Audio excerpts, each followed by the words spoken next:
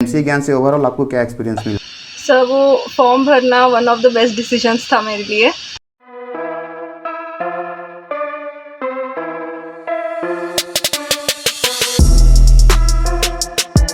सो hi guys, स्वागत है आपका एक बार फिर से हमारे चैनल में।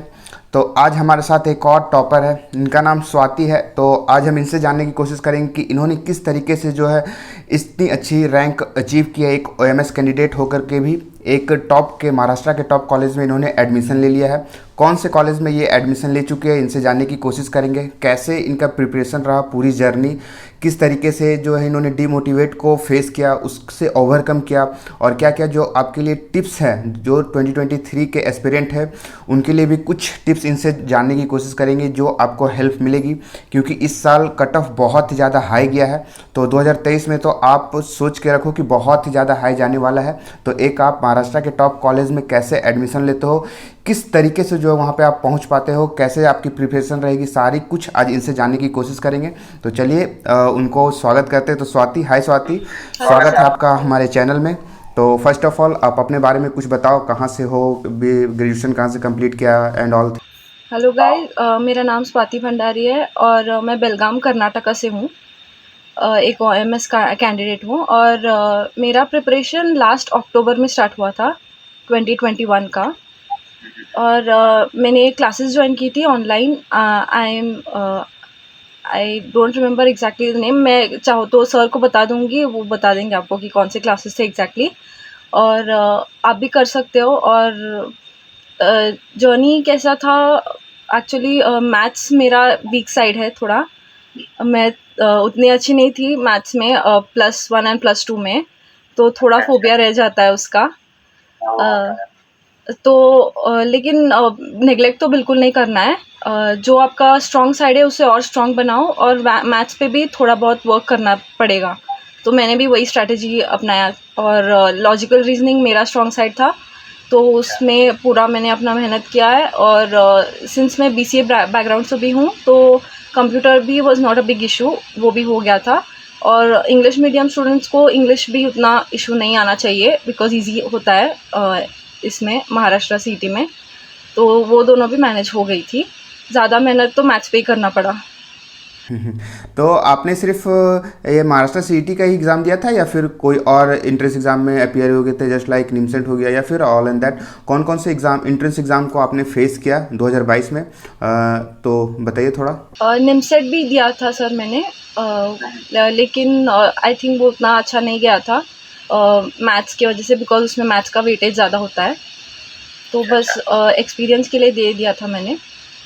और उसके बाद कहाँ से पता चला, कैसे आपको पता चला कि एक महाराष्ट्र सीईटी का भी एंट्रेंस एग्ज़ाम होता है, जैसे कि आप ओएमएस कैंडिडेट हो तो बहुत, और कब आपको ये पता चला कि वहाँ से करना एक अच्छा रहेगा, या महाराष्ट्र सीईटी के बारे में ही आपने क्यों सोचा, और फिर अदर कॉलेजेस के बारे में और क्यों नहीं सोचा?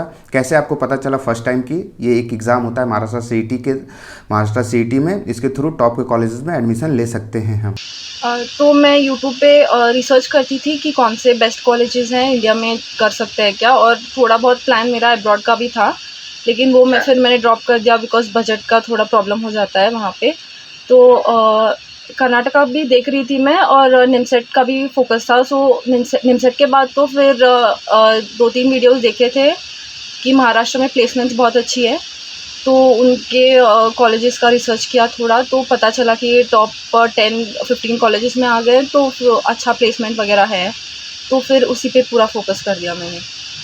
हाँ, जैसा कि मैंने भी पहले वीडियोस में बता रखा है कि महाराष्ट्र, पुणे, मुंबई, ये सब आईटी हब है, बेंगलोर। अगर इस सिटी से आप करते हो तो आपको प्लेसमेंट की कोई इशू नहीं आने वाली है। कॉलेज थोड़ी सी भी अगर ऊपर नीचे है तो आपको प्लेसमेंट लग ही जाएगी, ऑन कैंपस नहीं तो ऑफ कैंपस तो हो ही जाएगा। ऐसा होता है, पुणे में बहुत सारे कंपनी डेली खुलते हैं, डेली बंद होते हैं। तो अगर आप पुणे से कर रहे हो तो बहुत अच्छी बात है, आपको कहीं ना कहीं कोई ना कोई कंपनी में लग ही जाएंगे। जैसे बहुत सारे बच्चे, हमारे पास मैसेज आता है कि भैया हमें ये कॉलेज लगा, इतने नीचे कॉलेज लगा, क्या मैं एडमिशन लूँ? तो भाई सबको तो टॉप कॉलेज नहीं मिल सकता है ना। तो जिनको जो कॉलेज मिला है उसमें एडमिशन लो, अपनी मेहनत फिर करो और अच्छे से प्लेसमेंट की तैयारी करो और पढ़ाई करो। तो आप बता दो स्वाति, आपको कौन से कॉलेज में एडमिशन हुआ है, या करवा रखा है, या फिर आपने ले लिया है एडमिशन? मैंने अभी आईएमसीसी में लिया है एडमिशन, पुणे। परसों ही मैं गई थी एडमिशन कराने, कैंपस वगैरह देखा, बहुत अच्छा है। और रिव्यू एक बार आप बता दो ओवरव्यू कैसा है आईएमसीसी का। अभी तक आपने तो नेट में रिसर्च किया ही हुआ होगा, कैसा कॉलेज है, आपको कैसा लगा, आपने किसी से हाँ, बात किया, मैंने रिव्यू वगैरह उनके लिया एक होगा? स्टूडेंट से भी बात कर लिया। उनके एक स्टूडेंट से बात कर लिया मैंने कि कैसे है प्लेसमेंट्स वगैरह, वही अच्छे से बता सकता है, उनको एक्सपीरियंस भी रहेगा। उन्होंने बोला कि बहुत अच्छा है, प्लेसमेंट्स के मामले में तो बहुत सही है, बिकॉज़ वहाँ पे स्टार्टअप्स भी आती है और बहुत सारे वेल नोन एस्टैब्लिश्ड कंपनीज़ भी आती हैं। सो वो वही बड़ा कंसर्न रहता है हम स्टूडेंट्स को कि प्लेसमेंट्स कैसी है, तो उस मैटर में तो अच्छा ही है। और कैंपस भी सही है, देख लिया था मैंने जब एडमिशन के लिए गई थी। ज़्यादा एक्सप्लोर करने नहीं मिला बिकॉज़ एडमिशन सब में बिज़ी थी मैं, बट ओवरऑल अच्छा है कॉलेज और फैकल्टीज़ भी बहुत फ्रेंडली है। ऐसे नहीं कि दूसरे स्टेट से आ रहे हैं तो वो लोग अच्छा ट्रीट नहीं करते, ऐसा कुछ नहीं है, बहुत फ्रेंडली फैकल्टी है ना। तो जैसा कि हमने अब जूम मीटिंग भी आई थिंक लिया था, तो आपने शायद ज्वाइन हुआ होगा। मैंने बताया था कि कैसे आपको रीच आउट करना है, जो कॉलेज आपको मिल चुके हैं उसके बारे में कैसे पता करो, रिव्यू वगैरह लो। तो हमने कुछ टिप्स एंड ट्रिक्स बताई थी सारे बच्चों को। आई होप सब लोगों ने वो फॉलो किया, क्योंकि हमें भी अभी बहुत अच्छे से पता नहीं कि कौन से कॉलेजेस अच्छे हैं। खासकर जो नीचे के कॉलेजेस हैं उसकी रिव्यू हमारे पास भी नहीं है। तो वहाँ पर जो बच्चे पढ़ रहे हैं डायरेक्ट उनसे कॉन्टैक्ट करो किसी भी तरीके से और फिर रिव्यू निकालने की कोशिश करो, क्योंकि टॉप के कॉलेजेस तो सब कोई जानते हैं कि अच्छे ही होते हैं, लेकिन नीचे के कॉलेज में थोड़ी सी प्रॉब्लम आती है। तो एक बार स्वाति आप एडमिशन प्रोसेस अगर बता पाओ तो बता दो, क्योंकि अभी बहुत सारे बच्चों को परेशानी आ रही है, खासकर आईएमसीसी में। हमारे पास बहुत सारे बच्चे ऐसे हैं जो उनको बहुत दिक्कत हो रही है एडमिशन प्रोसेस में। कौन कौन से डॉक्यूमेंट्स वो मांग रहे हैं, कितनी टाइम लग रही है वहाँ पे, अगर आप सुबह पहुँचते हो कॉलेज तो कब तक आपका एडमिशन कंप्लीट हो जाएगा, फ़ी वगैरह कैसे पे करनी है, थोड़ी सी एक आप ओवरव्यू दे दो। तो जो जा रहे होंगे कैप 3 में या फिर कैप 3 में ही जाएंगे अब तो उन्हें थोड़ी सी राहत मिलेगी या फिर आसानी, वो पहले से प्रिपेयर होकर के जाएंगे। कौन कौन से डॉक्यूमेंट्स ले जा सकते हैं वो? तो जैसे हम पहले गए थे, फर्स्ट मैं सेकंड थी वहाँ पे, लेकिन फिर भी वो फ्रीज़ जो ऑप्शन होता है वो पोर्टल खुला नहीं था तभी। हम उसी के लिए वेट कर रहे थे और वो लोग काफ़ी काइंड थे एक्चुअली, हमें बोल रहे थे कि अगर फ्रीज़ वो ऑप्शन अभी तक स्टार्ट भी नहीं हुआ है तो बाकी प्रोसीजर कर लेते हैं, उसके बाद वो भी निपटा लेंगे हम लोग। तो हमने वही किया, वो एंटी रैगिंग फॉर्म वगैरह भरवाते हैं और कॉलेज का फॉर्म भी ऑनलाइन थ्रू होता है, तो वहाँ पे हम उनके ही सीनियर्स वगैरह हैं, वो लोग हेल्प करते हैं उसमें। उसमें कोई दिक्कत नहीं आएगी। और फ़ी पेमेंट जो है वो हम यूपीआई से भी कर सकते हैं या डीडी भी ले जा सकते हैं अभी से। डिटेल्स वो लोग अपने उनको कॉल किया तो बता देंगे वो लोग कि एग्जैक्टली कैसे करना है। मैंने तो यूपीआई से किया था और मेरा एक्चुअली पेमेंट का थोड़ा प्रॉब्लम हो गया था, क्योंकि कार्ड का लिमिट कुछ मैच नहीं हुआ और उसके बाद एसबीआई का सर्वर भी थोड़ा हैंग हो रहा था वगैरह, तो मुझे थोड़ा दिक्कत हुआ। लेकिन अगर आप डीडी लेके जाओगे तो जल्दी हो जाएगा वो सब, उतना कुछ प्रॉब्लम नहीं है।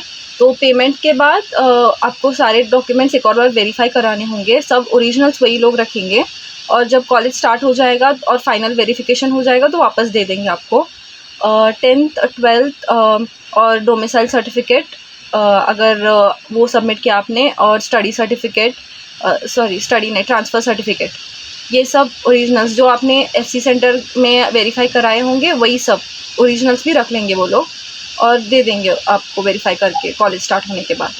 तो इन्होंने एक अच्छी बात कही, अगर आप आईएमसीसी में एडमिशन लेने जा रहे हो तो जो उनकी हेल्प डेस्क या फिर कोई नंबर है वेबसाइट पे, वो उनसे रीच आउट करो। कोई भी डाउट्स हो, कोई भी क्वेरी हो तो डायरेक्ट आप एक बार कांटेक्ट कर लो उनसे। आपके पास क्या प्रॉब्लम आ रही है या फिर कुछ और भी इशू है तो डायरेक्ट आप उनसे पूछ लो और फिर जाओ, क्योंकि अगर एक आप ओएमएस कैंडिडेट हो तो फिर से आना और फिर जाना बहुत बड़ी प्रॉब्लम हो जाती है। तो एक बार आप बात कर लो, सारे वो अच्छे से क्लियर कर देंगे। आई थिंक स्वाति ने भी बहुत अच्छी आपको मतलब ज़्यादा जानकारी दे ही दी होगी कि ओवरऑल क्या क्या लगता है वहाँ पे।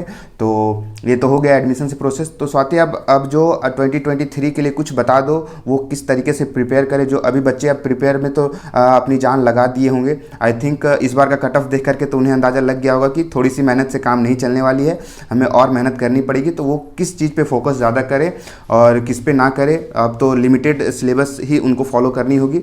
तो कुछ बता दो 2023 एस्पिरेंट के लिए। पहले तो मैं बताना चाहूँगी कि टाइम सफिशिएंट है, अभी से भी स्टार्ट कर दोगे तो हो जाएगा, पूरा कवर हो जाएगा आपका पोर्शन। और अगर आप मैथ्स में वीक हो मेरे जैसे, बिकॉज मैं भी टिप्स के लिए देख रही थी कि अगर मैथ्स में वीक है तो कैसे क्रैक करना है, तो एक काम कीजिए, पहले स्टार्ट कीजिए लॉजिकल रीजनिंग से, उसे पूरा कवर कर लीजिए। और अगर आप दिन में 4 या 6 घंटे पढ़ते हो, 1-2 घंटे मैथ्स को दे दीजिए फ़िलहाल, जब तक लॉजिकल पूरा कवर नहीं हो जाता। एक बार वो हो गया तो फिर मैथ्स पे फ़ोकस करना स्टार्ट कर दीजिए, बिकॉज़ पूरा नेग्लेक्ट भी नहीं कर सकते।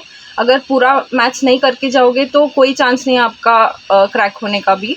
इसलिए स्टार्ट कीजिए मैथ्स के भी ईज़ी टॉपिक से, जो आपको ईज़ी जाते हैं, परम्यूटेशन, कॉम्बिनेशन, ऐसे वाले टॉपिक्स मैं भी उसी से स्टार्ट करी थी। एंड इनिशियली जब आप पढ़ रहे होंगे तो डीमोटिवेट मत होइए, बिकॉज़ सेम मेरे साथ होता था। कुछ डिफ़िकल्ट एक प्रॉब्लम आ गया, 1-2 प्रॉब्लम्स के बाद पूरा एनर्जी डाउन हो जाता था कि अब तो मैथ्स हमसे होगा ही नहीं। बट ऐसा नहीं है, ईज़ी टॉपिक्स एटलीस्ट ट्राई कीजिए, हो जाएगा वो। इतना भी हाई लेवल के क्वेश्चंस नहीं आएंगे मैथ्स में। ईज़ी टॉपिक्स करके जाइए, फिर लॉजिकल रीजनिंग करिए। और अगर आप इंग्लिश मीडियम से हो तो इंग्लिश ज़्यादा करने की ज़रूरत नहीं है, जो आपने ऑलरेडी पढ़ रखा है स्कूल में वही आएगा। ज़्यादा हाई लेवल इंग्लिश भी नहीं पूछेंगे वो लोग। और कंप्यूटर, अगर आप बीसीए बैकग्राउंड से हो या बीएससी साइंस से हो तो भी बीएससी कंप्यूटर साइंस से हो तो ज़्यादा इशू नहीं आने वाला है आपको। वही सब आएगा। और इस बार उन्होंने क्या किया था कि ज़्यादा बूलियन अलजेब्रा वगैरह नहीं पूछा था, थियोरेटिकल सब्जेक्ट्स में से ज़्यादा पूछा था उन्होंने। तो रेडी रहिए दोनों के लिए। और वैसे भी 20 मार्क्स का ही वेटेज रहेगा, तो थोड़ा ज़्यादा एफर्ट्स उन सेक्टर्स में डालिए ताकि मैथ्स कवर अप हो जाए। जैसा कि अब पहले होते थे, ये 2 साल से इन्होंने जंबल्ड कर दिए क्वेश्चंस को। आपको पता नहीं होते कि नेक्स्ट क्वेश्चंस किस सब्जेक्ट का आएगा, मतलब किस टॉपिक से आएगा। पहले क्या होता था, सेक्शन वाइज बटे हुए होते थे, 30-30-30 या 20-20 30-30-20 आई थिंक इस टाइप से थे। तो उस टाइम बच्चों को थोड़ी सी राहत मिल जाती थी कि चलो 30 क्वेश्चंस रीजनिंग के आएंगे ही आएंगे। लेकिन अब ऐसा कर दिया उन्होंने, रीजनिंग से अगर एक क्वेश्चन भी आया या फिर 30 के 30 भी आ सकते हैं, तो आप पहले से एस्टिमेट नहीं लगा सकते हैं कि किस टॉपिक से कितने क्वेश्चन आने वाले हैं। तो अब इसीलिए बच्चों को और ज़्यादा परेशानी हो रहा है कि ऐसा ऐसा होने लगा है पिछले 2 साल से। तो पहले से ये सब चीज़ पे प्रिपेयर रखो, पहले से तैयारी करके रखो और बस ज़्यादा से ज़्यादा पढ़ो। और अगर महाराष्ट्र में एडमिशन लेना है आपको तो अब मेहनत तो करनी पड़ेगी, क्योंकि जैसे जैसे ईयर बढ़ रहे हैं उस हिसाब से नंबर ऑफ स्टूडेंट भी जो अपेयरिंग है वो भी ज़्यादा बढ़ रहे हैं। और इसीलिए जो है कट ऑफ भी बहुत ज़्यादा हाई चला गया है। बहुत मतलब इस बार रिकॉर्ड सारे टूट गए हैं कट ऑफ के, इतने ज़्यादा चले गए हैं। तो आपको अभी से मेहनत तो करनी ही होगी। तो स्वाति ने जैसा आपको टिप्स बताया, कुछ मदद तो की ही होगी। अगर आपने ये पूरा वीडियो देखा तो आपको ज़रूर कुछ ना कुछ हेल्प मिलेगी। और अभी तो ये इनको कॉलेज के बारे में अभी उतना अच्छा से पता नहीं होगा। अगले साल मैं फिर से इनको बुलाऊंगा और फिर रिव्यू लूँगा ये आईएमसीसी की कि कैसी कॉलेज है, कितने प्लेसमेंट्स हैं। अब इनको सारी चीज़ पता होंगे अंदर से, तो आपको टाइम टू टाइम गाइड भी करते रहेंगे। तो अगर आप चैनल पे नए हो तो सब्सक्राइब कर दो और हमसे जुड़ जाओ। कोई भी डाउट्स है इस कॉलेज से रिलेटेड या फिर प्रिपेयर से रिलेटेड, डायरेक्टली हम इनसे पूछ करके आपको बताने की कोशिश करेंगे। तो स्वाति, ऑल द बेस्ट। आपको तो बहुत अच्छी कॉलेज मिल गई, अब आप प्रिपेयर करो, अच्छे से प्लेसमेंट की तैयारी करो। आई होप आपको गूगल माइक्रोसॉफ्ट में जॉब लगे। तो फिर से मैं आपको बुलाऊंगा अपने चैनल पे और फिर उससे टिप्स कुछ बतवाऊंगा। तो अब आगे बढ़ने से पहले हमें पहले ये बता दो कि हमारे एमसीए ज्ञान चैनल से आपको कितनी हेल्प मिली और क्या मदद किए, जो ये प्रेफरेंस लिस्ट था या फिर ऑल इन दैट जो कैप प्रोसेस में जितनी भी मदद मिली, तो आपको कैसा एक्सपीरियंस लगा कि ज़रूरत थी हमारी कि नहीं थी? एमसीए ज्ञान से ओवरऑल आपको क्या एक्सपीरियंस मिला? सर, वो फॉर्म भरना one of the best decisions था मेरे लिए। हमें मतलब मैं मॉम से भी डिस्कस करी थी। हमको लगा था कि सिर्फ प्रेफरेंस लिस्ट देंगे सर और फिर काम ख़त्म, बाकी सब हमें देखना पड़ेगा। लेकिन ऐसे नहीं था। प्रेफरेंस लिस्ट उन्होंने दिया बोथ राउंड्स के लिए। मैं सेकेंड राउंड के लिए भी अप्लाई करी थी, तो तब भी उन्होंने हेल्प किया और बार बार कॉल करके भी फॉलोअप ले रहे थे कि अभी पहुंची क्या सिटी को, अभी एडमिशन हो गया क्या। तो अच्छे गाइड थे सर। ये सब तो कुछ था नहीं उस फॉर्म में कि ये सब भी हेल्प करेंगे वो लोग। लेकिन बहुत अच्छा लगा कि जब आप नए हो और कुछ फर्स्ट टाइम करने जा रहे हो, कोई गाइड रहा तो बहुत अच्छा होता है वो। तो ये एक अच्छा हुआ, लाइक मैंने फॉर्म भरा, वो एक अच्छा काम किया। तो ऐसा ही हमने ये पहले एक्सपीरियंस मैंने कर रखा था कि क्या क्या प्रॉब्लम होने वाली है। ये तो फॉर्म सिर्फ एक जुड़ने का साधन था कि हमारे पास जितने कम स्टूडेंट आए वो अच्छा है, मैं उनको अच्छे से गाइड कर पाऊँ। और अभी भी जिनका एडमिशन नहीं हुआ, जिनको कॉलेज अलॉट नहीं हुआ है, उनको पर्सनली गाइड कर रहा हूँ और उनको रीच आउट करने की कोशिश करता हूँ जैसे ही वो कॉलेज पहुँचते हैं, क्योंकि कॉलेज में पहुँच करके भी बहुत परेशानी होती है। जैसा कि आपने फेस किया होगा कि बहुत ही ज़्यादा परेशानी, दिन भर टाइम लगते हैं, आपको इस बेंच से उस बेंच दौड़ाते हैं, वो ऐसे करते हैं। तो मैंने बहुत सारे बच्चों को पहले से बता दिया था कि आपको टाइम लगेगा वहाँ पर, दिन भर का टाइम तो एटलीस्ट लग ही जाएगा और बहुत परेशानी करेंगे वो डॉक्यूमेंट्स वगैरह के लिए, तो आप पहले से प्रिपेयर होकर के जाना। तो ऐसा तो हमने सारे को गाइड कर रखा है। और अगर कोई भी डाउट्स हो, स्वाति अभी सिर्फ प्रेफरेंस लिस्ट तक का हमारा साथ नहीं था, आगे भी आपको कोई भी डाउट्स होगी तो आप डायरेक्टली हमसे कांटेक्ट कर सकते हो। ये हम लोगों का अभी सिर्फ ये लिस्ट तक ही नहीं था, आगे भी चलता रहेगा। कोई भी डाउट्स है, वो कभी भी कुछ भी पूछना हो तो डायरेक्टली आप हमसे कांटेक्ट कर सकते हो। सो थैंक यू स्वाति, आपने हमें टाइम दिया इतनी। अब क्लासेस भी आपकी बहुत ही जल्द स्टार्ट हो जाएगी, तो बस पढ़ो। और मैं क्या बोल सकता हूँ आपको, all the best for your future. Thank you. Thank you sir.